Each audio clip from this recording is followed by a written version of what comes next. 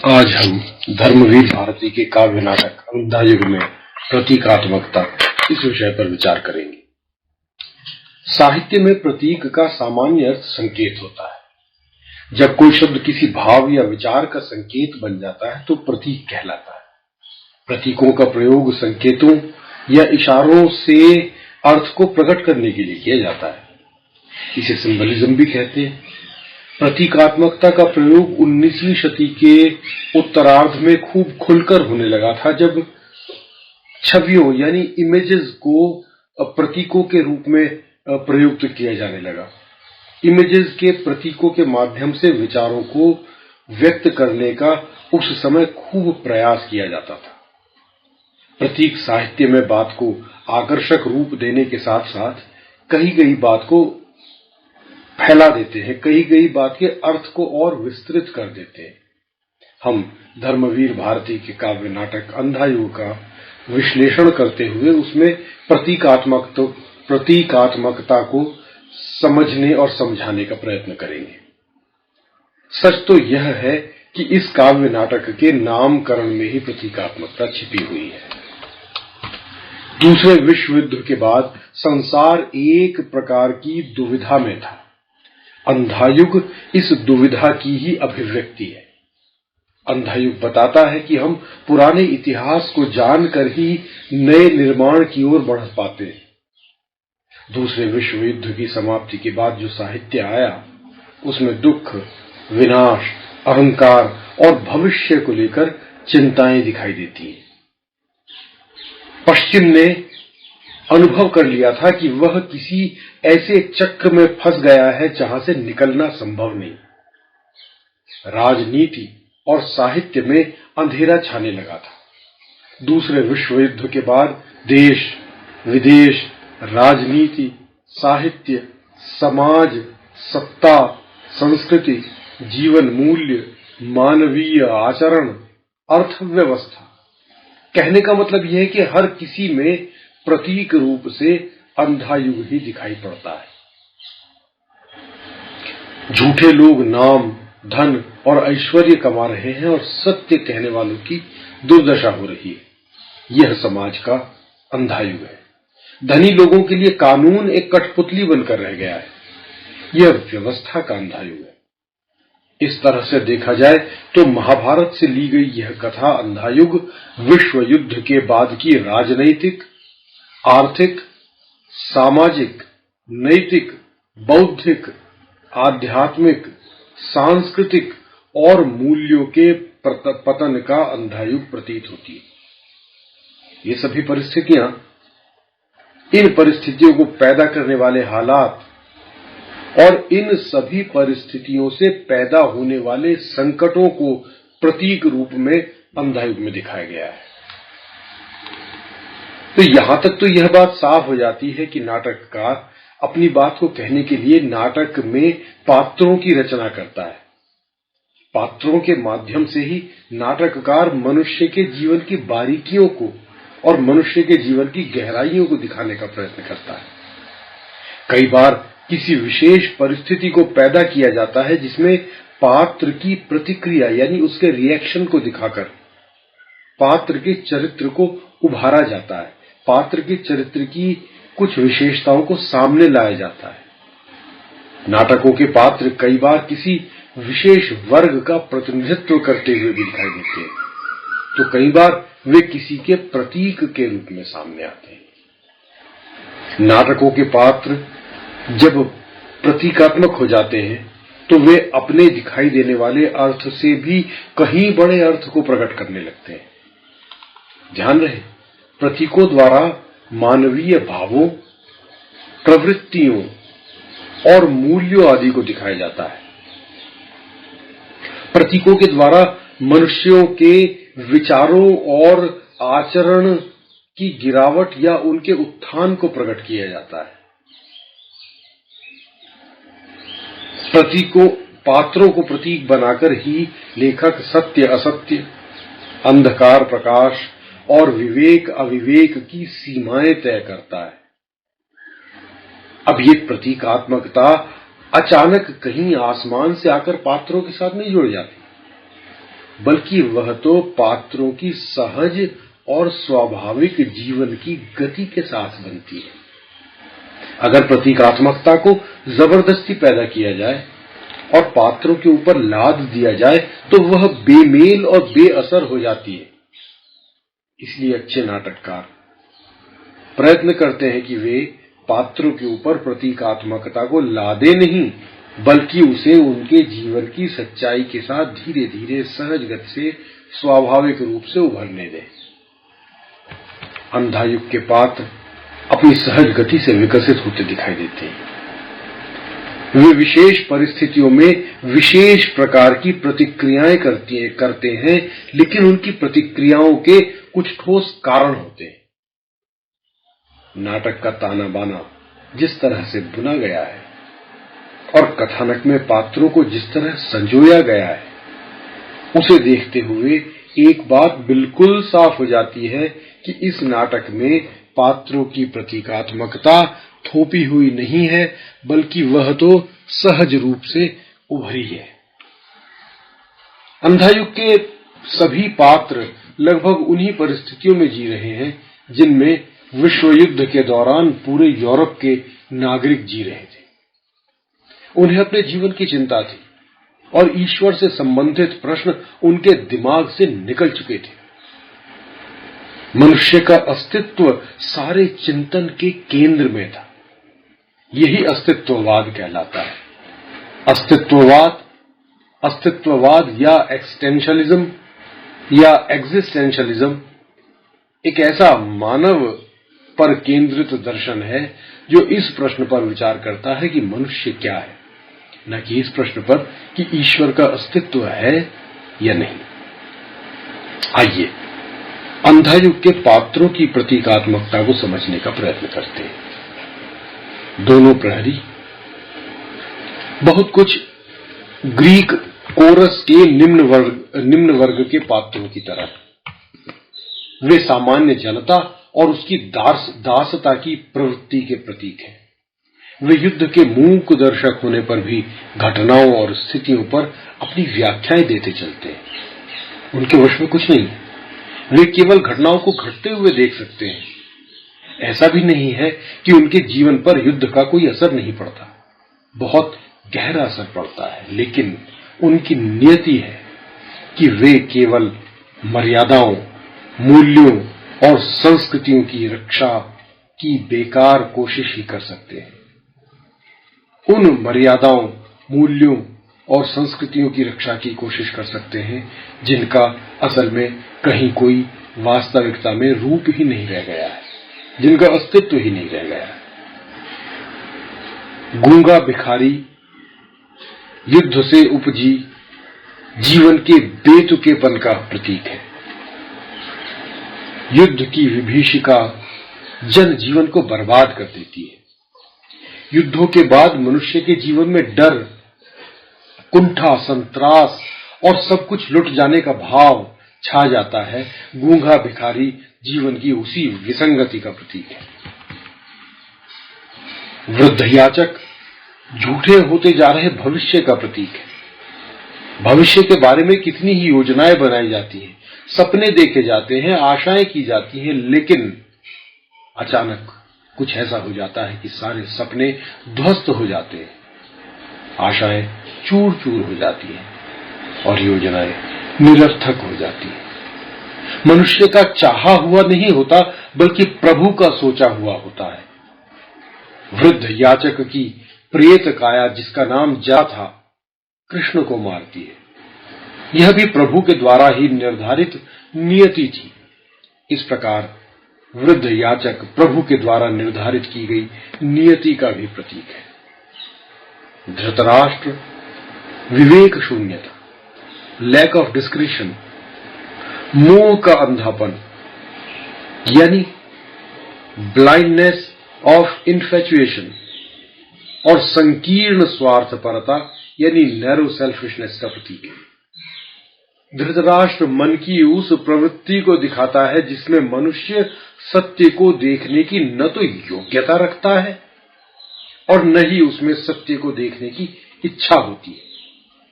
वह मनुष्य की उस अंधी सोच का प्रतीक है जिसमें व्यक्ति अपने लिए अपनी सुविधा के अनुसार एक मानसिक संसार का निर्माण कर लेता है और समझता है कि उसके बाहर कुछ है ही नहीं। ऐसा व्यक्ति अपने बनाए गए मानसिक संसार से बाहर निकलने का प्रयत्न ही नहीं करता, जीवन की सच्चाइयों को देखने समझने का प्रयत्न ही नहीं करता। वह यह देखने का प्रयत्न ही नहीं करता कि उसकी सोच और उसके कार्यों का दूसरों पर, समाज पर, मानवता पर क्या प्रभाव पड़ता है। गांधारी उस वर्ग का प्रतीक है जो यद्यपि विवेकवान है, लेकिन अपने मोह और अज्ञान के चलते जीवन की सच्चाई को देख नहीं पाता और अनजाने में ही असत्य और अन्याय का साथ देने लगता है।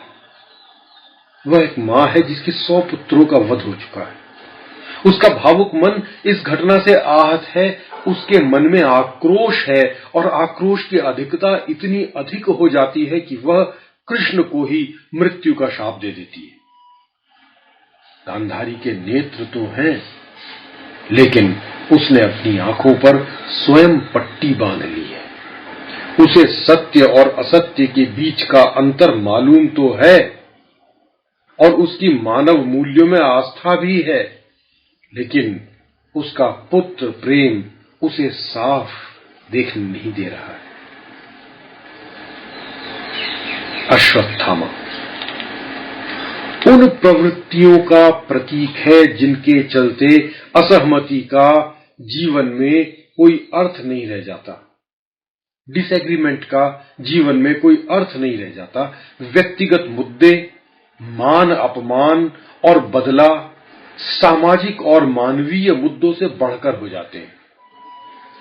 अश्वत्थामा प्रतिशोध, प्रतिहिंसा, बर्बरता, विवेक शून्यता, मूल्यहीनता और मानव के मन में बैठी हुई पशुता को दिखाता है। उसका क्रोध उसकी आत्मा को विकृत कर देता है। उसके मन की कोमलता क्रूरता में बदल जाती है, शुभ भावनाएं अशुभता में बदल जाती हैं।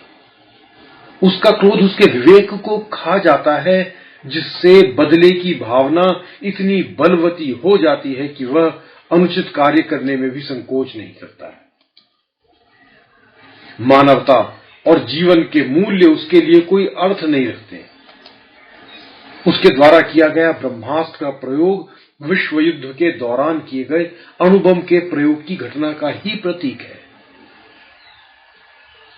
अश्वत्थामा का चरित्र पश्चिम के अस्तित्ववादी दर्शन का प्रतिनिधि भी है।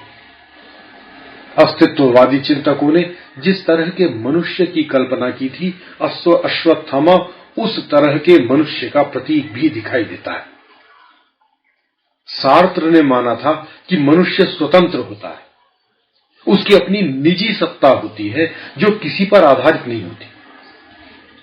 सार्त्र के अनुसार मनुष्य सभी मर्यादाओं, परंपराओं, मूल्यों और नैतिकताओं को समाप्त कर सकता है, चाहे इसके लिए उसे ताकत का प्रयोग ही क्यों न करना पड़े। अश्वत्थामा भी तो ऐसा ही है। वह किसी मर्यादा को नहीं मानता, मूल्यों को नहीं मानता, नैतिकता को नहीं मानता, किसी नियम को नहीं मानता। हथियारों से सजा हुआ, युद्ध के लिए तैयार, विवेक और अंतरात्मा से शून्य बर्बर पशु के रूप में बदला लेने को पागल अश्वत्थामा पश्चिम के अस्तित्ववाद के प्रभाव की तस्वीर के रूप में ही दिखाई देता है।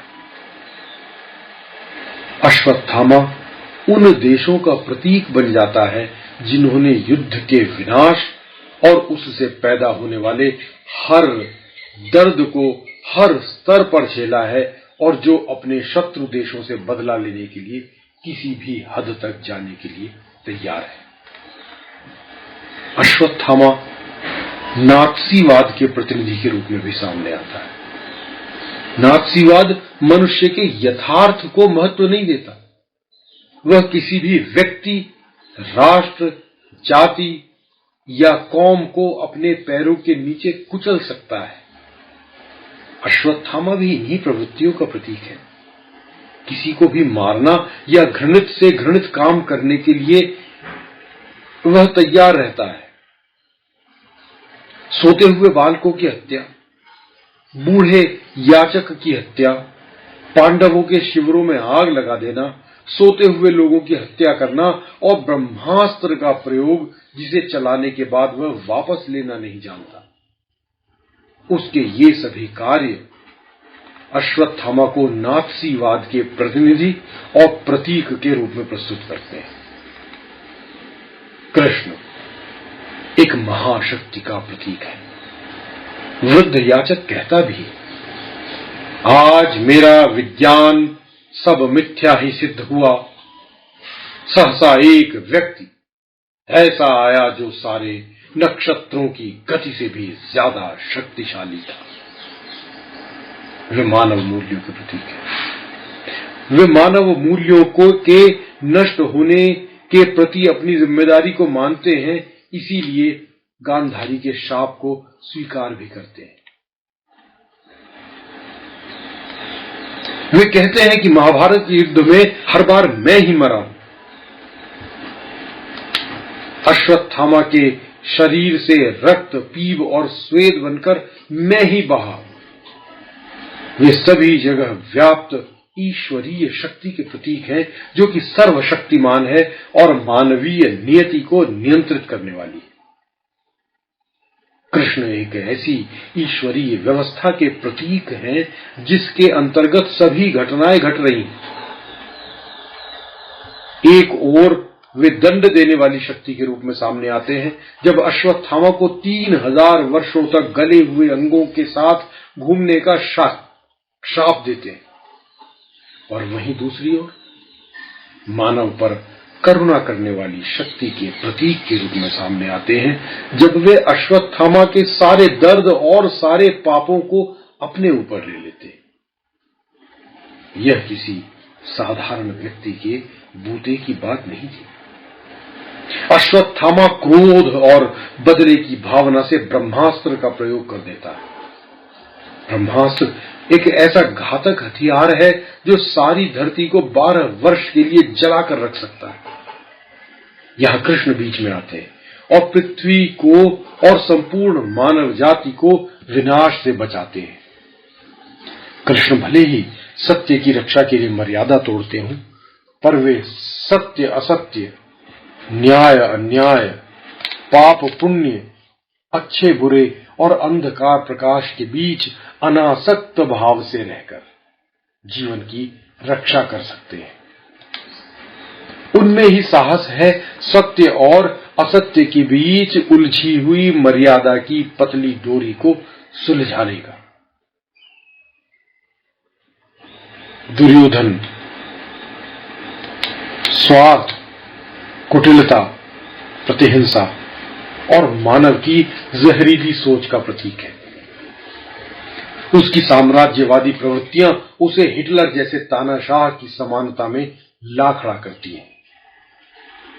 वह किसी भी कीमत पर अपने साम्राज्य का विस्तार करना चाहता है।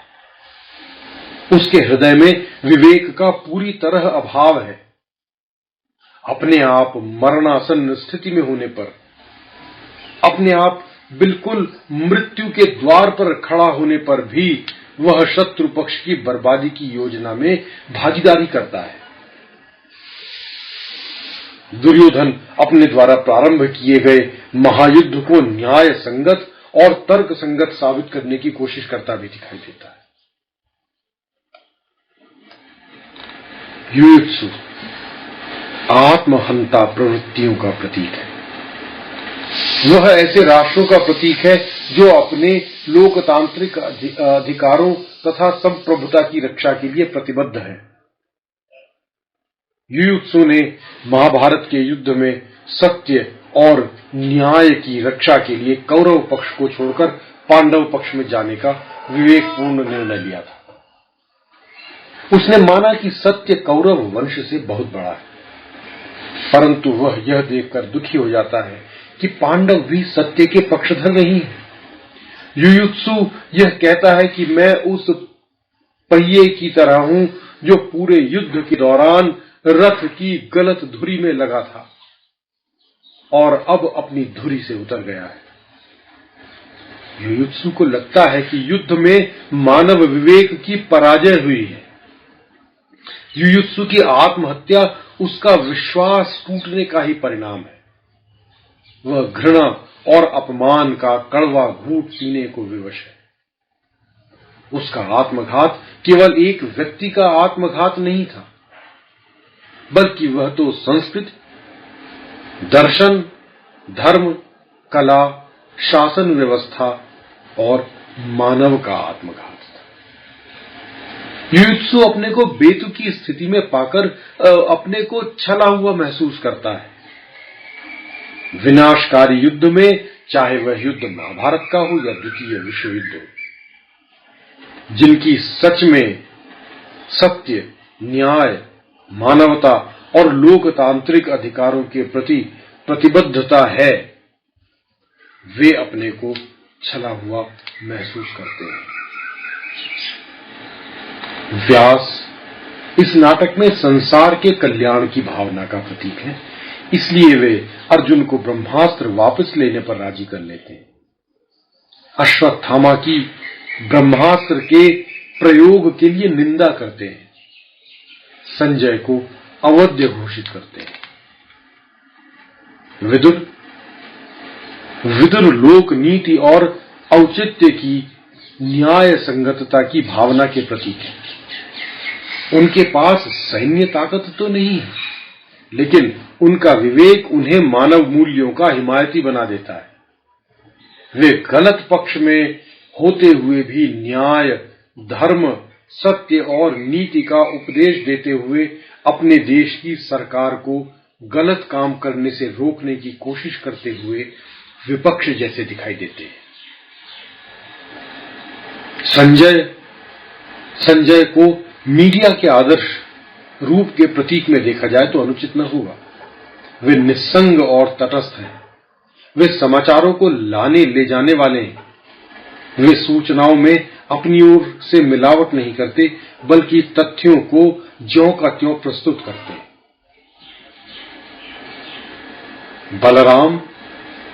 बलराम शक्ति और धर्म के बीच संतुलन स्थापित करने वाले अंतरराष्ट्रीय संगठनों के प्रतीक के रूप में सामने आते हैं। युधिष्ठिर महान मानवीय मूल्यों के प्रतीक के रूप में अंधायुग काव्य नाटक में उभर कर आते हैं, किंतु उनकी विडंबना यह है कि परिस्थितियों ने उन्हें ऐसी जगह पहुंचा दिया है जहां उनके पास चिंतन और विचार करने के अतिरिक्त कुछ रह ही नहीं जाता। भीम विवेक शून्यता के प्रतीक हैं। उनकी सारी सोच व्यक्तिगत प्रेम और व्यक्तिगत शत्रुता पर आधारित है।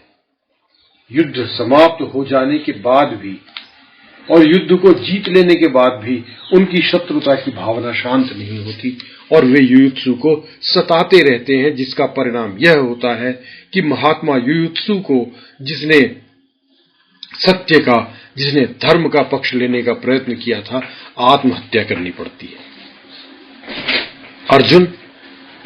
अर्जुन शक्ति संपन्न है। उनके पास खतरनाक हथियारों का संग्रह है, लेकिन उनकी शालीनता और गुरुजनों के प्रति सम्मान की भावना उनमें साफ दिखाई देती है। और इसीलिए व्यास के कहने पर वे अपना ब्रह्मास्त्र भी लौटा लेते हैं। इस प्रकार हम देखते हैं कि भारती जी अंधायुग में प्रतीकों के माध्यम से अपनी बात को कहने में पूरी तरह सफल हुए हैं। ये प्रतीक पात्रों के रूप में हैं, ये प्रतीक अंधायुग काव्य नाटक के शीर्षक के रूप में भी हैं।